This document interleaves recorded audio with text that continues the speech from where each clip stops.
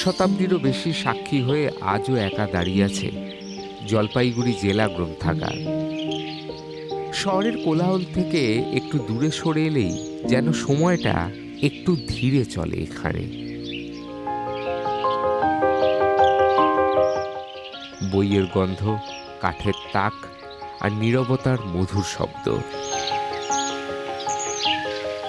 সব মিলিয়ে গ্রন্থাগার শুধু একটা ভবন নয়, একদা ছিল জলপাইগুড়ির সাংস্কৃতিক ইতিহাসের অমূল্য সম্পদ।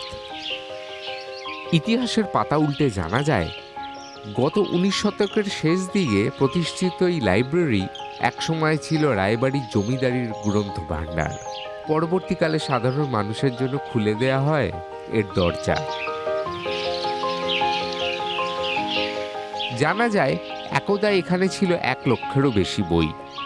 ইতিহাস, সাহিত্য, উপন্যাস, রেফারেন্স, শিশু কিশোর বিভাগ সবই সাজানো ছিল।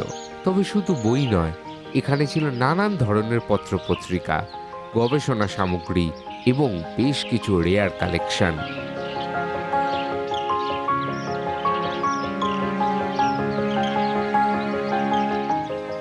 দেওয়ালের গায়ে সাঁটানো সাইনবোর্ড জানান দেয় 6 মাস দুপুর 12টা থেকে সন্ধ্যে 7টা পর্যন্ত ও বাকি 6 মাস বেলা 11টা থেকে সন্ধ্যে 6টা পর্যন্ত খোলা থাকত এই গ্রন্থাগার।